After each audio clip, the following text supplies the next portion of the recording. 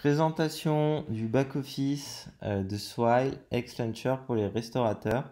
Donc si vous êtes un restaurant et que vous acceptez les tickets restaurants, et ben on va vous faire une démo de Swile qui est l'acteur moderne sur les tickets restaurants. On a écrit un long article sur le sujet présentant les différentes offres et surtout comment le paramétrer sur votre terminal de paiement. Il y a le lien dans la description, n'hésitez pas à lire l'article détaillé. Mais là, dans cette vidéo, on va vous faire une démo du back-office de Swile et vous montrer comment configurer votre terminal pour pouvoir accepter les cartes Swile. Et donc, en deux mots, Swile, déjà combien ça coûte? Ça va coûter 3,5% sur toutes les transactions que vous allez encaisser, toutes les cartes Swile que vous allez accepter. Alors 3,5% c'est cher, mais c'est un peu moins cher que les autres acteurs. Edenred, AP6, GroupUp, Sodexo. Alors dans notre article, on a essayé de détailler les frais. Swile, ça a le mérite d'être simple et transparent. Alors quand vous allez vous créer un compte, ensuite vous allez avoir accès à un petit back-office comme ça. Vous allez pouvoir voir le récap de vos encaissements de cartes Swile. Et donc là, on vous a mis sur une page avec un exemple très simple. On a fait une carte pour 16,20 €. Et donc, on voit ce que Swile vous prélève comme frais, c'est transparent. Donc, il y a les 3,5%, ça représente 57 centimes.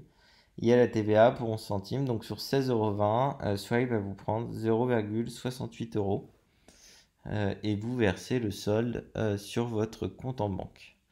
Donc, vous avez un back-office assez bien fait, moderne, pour suivre l'ensemble des encaissements que vous avez faits et les virements qui ont été effectués sur votre compte. Ça, c'est première chose. Deuxième chose très importante, c'est comment connecter son terminal de paiement pour pouvoir accepter les cartes Swile. Alors, ça se joue dans cet onglet, Identifiant TPE. Il faut cliquer sur Nouvel identifiant TPE. Vous choisissez votre établissement et vous rentrez un chiffre. Alors, comment trouver En fait, ce chiffre, c'est votre numéro de contrat carte bancaire. Alors, comment faire pour l'obtenir?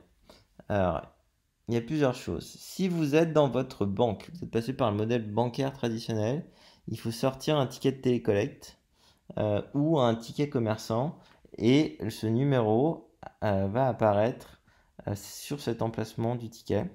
Donc c'est un numéro à 7 chiffres qu'il faut entrer, c'est votre numéro de contrat carte bancaire.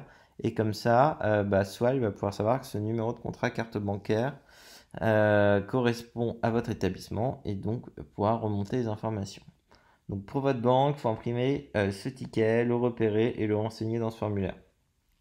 Si vous utilisez la solution moderne Yavin Paiement, alors là c'est beaucoup plus simple, il faut aller sur leur back-office, ils vous donnent le numéro de contrat et du coup vous n'avez pas besoin d'imprimer le ticket, en un clic c'est fait et ça vous permet de connecter votre terminal Yavin à votre compte Swile. Et autre chose aussi très important, malheureusement si vous êtes chez SumUp ou iZettle, ou en tout cas les solutions avec les petits lecteurs, ça fonctionnera pas. Donc si vous voulez accepter les cartes Swile, il faut soit passer par un contrat avec votre banque, soit passer par la solution Yavin Paiement. Donc voilà pour cette petite démonstration du back-office de Swile. Donc c'est assez bien fait. Si vous êtes un restaurant, c'est quand même compliqué de refuser les tickets restaurants. Donc on vous conseille de vous créer un compte rapidement chez Swile et de paramétrer votre terminal. En quelques clics, c'est fait. Et ça fonctionne plutôt bien.